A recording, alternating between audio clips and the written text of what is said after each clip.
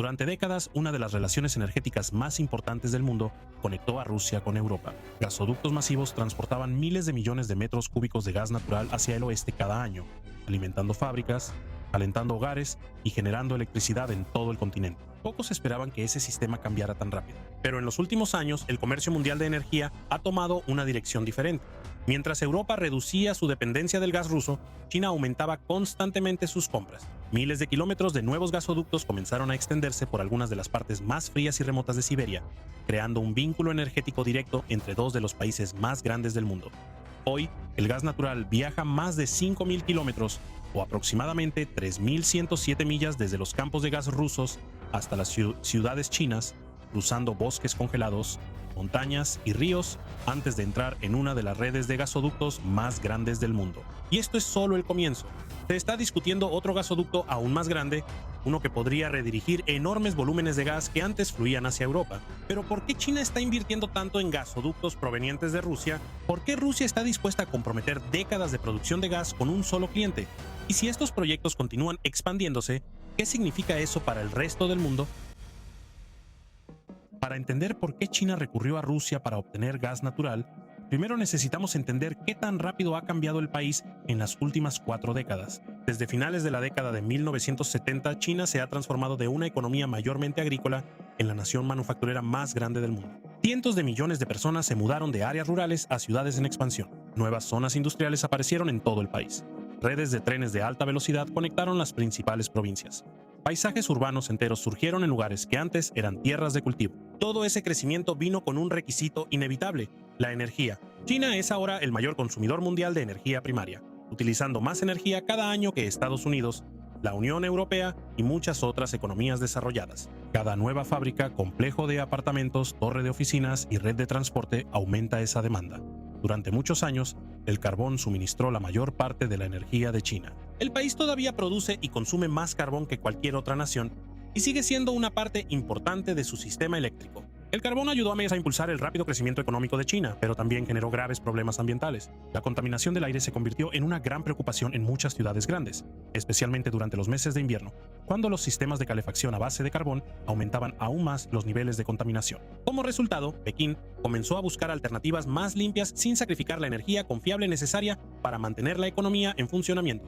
El gas natural se convirtió en una de las respuestas clave. En comparación con el carbón, el gas natural produce emisiones de dióxido de carbono significativamente más bajas y muchos menos contaminantes, como el dióxido de azufre y las partículas en suspensión. Puede alimentar centrales eléctricas, proporcionar calefacción para los hogares y abastecer a las industrias que requieren energía continua durante todo el año.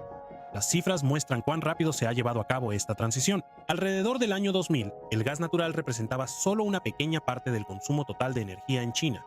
Desde entonces, la demanda se ha multiplicado varias veces. Actualmente China consume más de 400.000 millones de metros cúbicos de gas natural al año, lo que la convierte en uno de los mercados de gas más grandes del mundo. Pero había un gran problema. China no podía producir suficiente gas para satisfacer su propia demanda. Aunque el país ha desarrollado grandes yacimientos de gas nacionales en lugares como Sichuan, Xinjiang y la Cuenca de Ordos, la producción ha tenido dificultades para mantenerse al ritmo del consumo.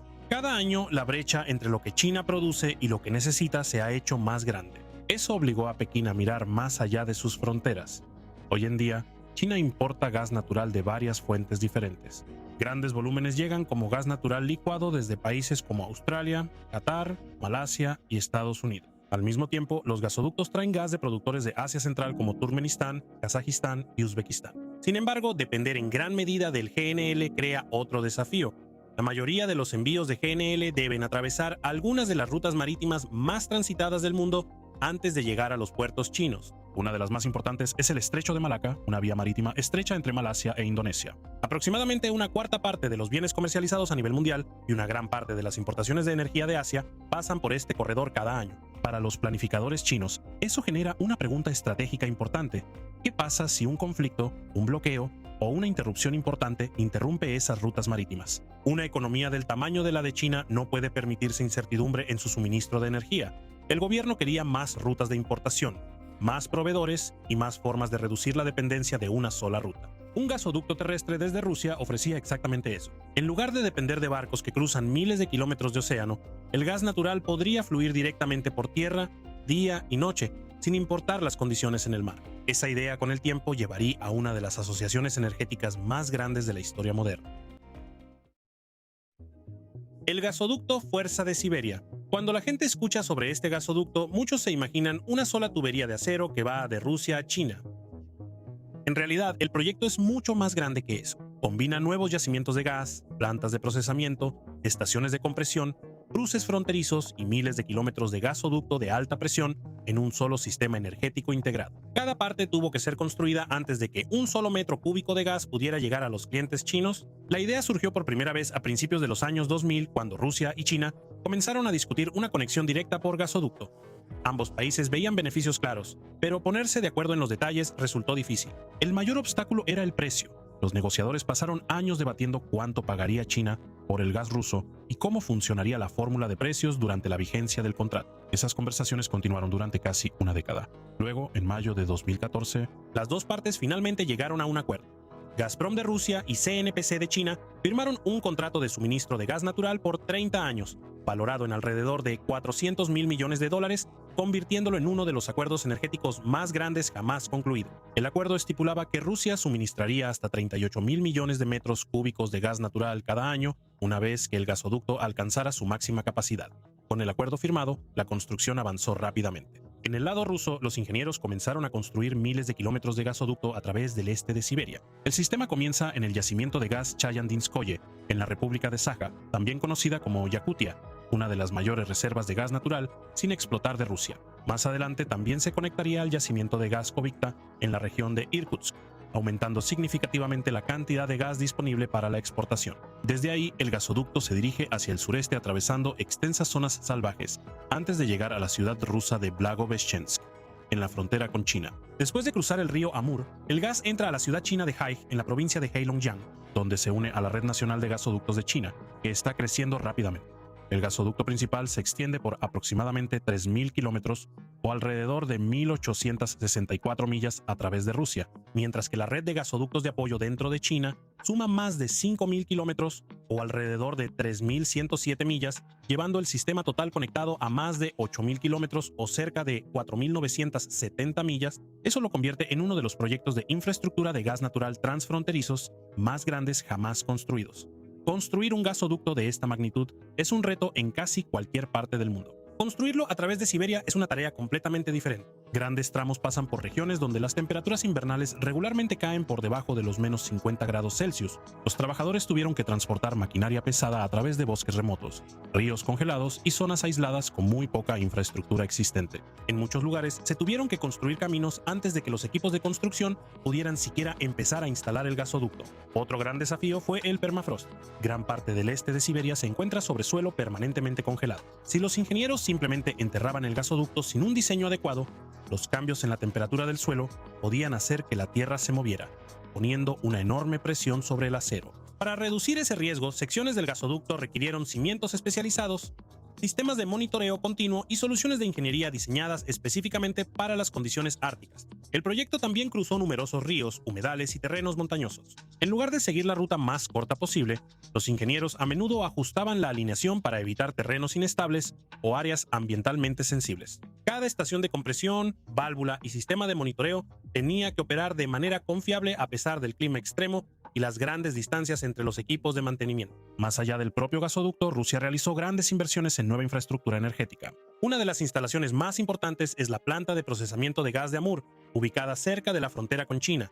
Es una de las plantas de procesamiento de gas más grandes del mundo. Antes de que el gas natural entre al gasoducto de exportación, la instalación elimina impurezas y separa componentes valiosos como el helio, que tiene usos importantes en equipos médicos, fabricación de semiconductores e investigación científica avanzada. La construcción requirió decenas de miles de trabajadores durante varios años, junto con enormes cantidades de tubería de acero, concreto, equipo pesado y maquinaria especializada. Fue una de las inversiones en infraestructura más grandes realizadas en el lejano oriente de Rusia desde el colapso de la Unión Soviética. El primer gas comenzó a fluir oficialmente a través del gasoducto Fuerza de Siberia en diciembre de 2019. Las entregas aumentaron gradualmente a medida que se pusieron en funcionamiento secciones adicionales del sistema y nuevos yacimientos de gas entraron en producción. Para diciembre de 2024, Gazprom anunció que el gasoducto había alcanzado su capacidad contractual total de 38.000 millones de metros cúbicos por año, marcando el cumplimiento del objetivo original de suministro años antes del cronograma a largo plazo.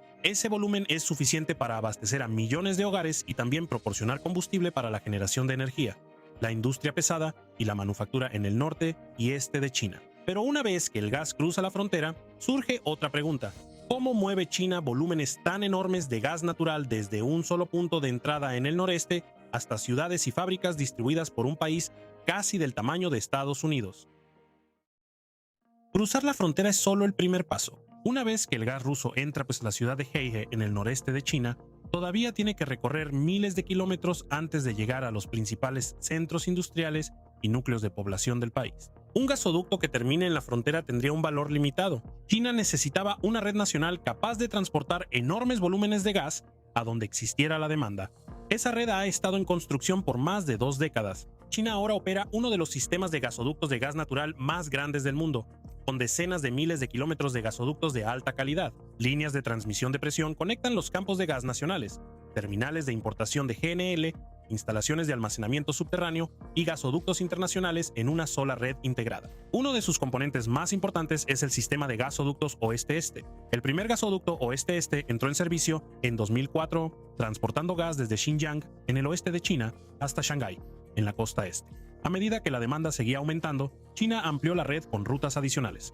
Hoy en día, múltiples gasoductos oeste-este se extienden por todo el país, vinculando las zonas de producción del oeste y los puntos de importación internacionales con las principales ciudades, incluyendo Pekín, Shanghái, Cantón, Shenzhen y muchos otros centros urbanos de rápido crecimiento. El gasoducto ruso se convirtió en otra fuente importante que alimenta este sistema nacional. En lugar de abastecer solo a una provincia, el gas que entra desde Rusia puede ser redirigido a través de líneas de transmisión interconectadas a diferentes regiones según la demanda estacional. Esta flexibilidad es una de las mayores fortalezas de la estrategia de gasoductos de China, pero administrar una red de esta escala requiere más que solo gasoductos. Para mejorar la eficiencia, China también creó la Corporación de la Red de Oleoductos y Gasoductos de China, comúnmente conocida como Pipe China, en 2019.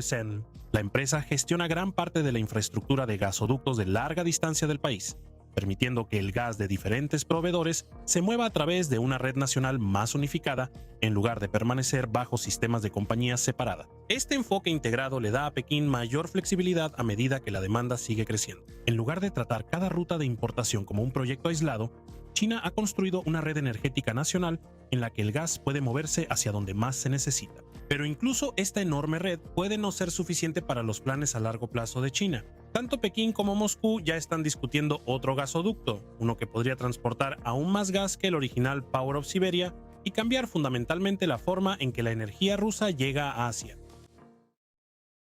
Si el gasoducto original Poder de Siberia marcó el inicio de una nueva asociación energética entre Rusia y China, entonces Power of Siberia 2 tiene el potencial de llevar esa relación a un nivel completamente diferente. A diferencia del primer gasoducto, este proyecto no se trata simplemente de aumentar las exportaciones de gas, sino de redirigir parte de toda la estrategia energética de Rusia. El gasoducto original Power of Siberia transporta gas desde campos en el este de Siberia, que fueron desarrollados específicamente para el mercado chino. Esas reservas estaban en gran medida separadas del sistema de gasoductos que abastece a Europa. El Power of Siberia 2 es diferente. El gasoducto propuesto obtendría gas de la península de Yamal, en el oeste de Siberia, una de las regiones productoras de gas natural más grandes del mundo. Durante décadas, gran parte de ese gas fluyó hacia el oeste a través de gasoductos que abastecían a clientes europeos. Si se completa el nuevo proyecto, una parte significativa podría fluir hacia el este, hacia China. Ese cambio es la razón por la que analistas de todo el mundo están prestando tanta atención. El gasoducto propuesto se extendería aproximadamente 2.600 kilómetros, o alrededor de 1.615 millas a través de Rusia antes de pasar por Mongolia, donde continuaría por casi 960 kilómetros, o alrededor de 597 millas como parte del proyectado gasoducto Soyuz-Vostok. Desde ahí entraría al norte de China y se conectaría con la red de gasoductos existente en China. A plena capacidad, se espera que el Power of Siberia 2 transporte hasta 50.000 millones de metros cúbicos de gas natural cada año. Combinados, los dos sistemas podrían eventualmente entregar casi 90.000 millones de metros cúbicos de gas ruso a China cada año, suponiendo que ambos operen a plena capacidad. Para Rusia, los beneficios son claros. El proyecto proporcionaría otra ruta principal de exportación, en un momento en que las ventas de gas a Europa siguen estando muy por debajo de los niveles anteriores. En lugar de depender principalmente de los mercados occidentales, Rusia podría enviar volúmenes mucho mayores de gas a Asia, donde se espera que la demanda siga siendo fuerte durante muchos años. A pesar de estas ventajas, el proyecto no ha avanzado tan rápido como muchos esperaban. Rusia ha expresado repetidamente su apoyo al gasoducto y Mongolia ha completado partes de la planificación preliminar para la sección Soyuz-Vostok. Sin embargo, aún no se ha anunciado una decisión final de inversión. Una de las principales razones es la negociación comercial. Los grandes proyectos de gasoductos no se construyen simplemente porque ambas partes los deseen. Requieren acuerdos sobre precios, financiamiento, cronogramas de construcción, compromisos de suministro y pronósticos de demanda a largo plazo. China ha estado en una posición negociadora sólida porque Rusia actualmente tiene menos opciones de exportación de grandes gasoductos que antes de 2022. Beijing se ha tomado su tiempo para evaluar los precios y asegurarse de que cualquier acuerdo esté alineado con su estrategia energética a largo plazo. Incluso sin un acuerdo final, la magnitud del Fuerza de Siberia 2 muestra cuánto ha cambiado el mapa energético regional. Hace apenas una década, la idea de que Rusia enviara volúmenes tan masivos de gas hacia el este en lugar del oeste parecía poco probable. Hoy se ha convertido en uno de los proyectos energéticos más observados del mundo. Y si finalmente avanza, su impacto se extenderá mucho más allá de Rusia, China y Mongolia. Podría influir en los precios del gas, los flujos comerciales y la inversión energética en todo el continente asiático. Pero, ¿qué opinas tú? ¿La asociación entre Rusia y China se volverá aún más fuerte en los próximos años? ¿Podría Asia reemplazar a Europa como el centro del comercio global de gas? ¿Y cómo podrían responder Estados Unidos y otras grandes economías a este mapa energético cambiante? Cuéntanos qué opinas en los comentarios de abajo.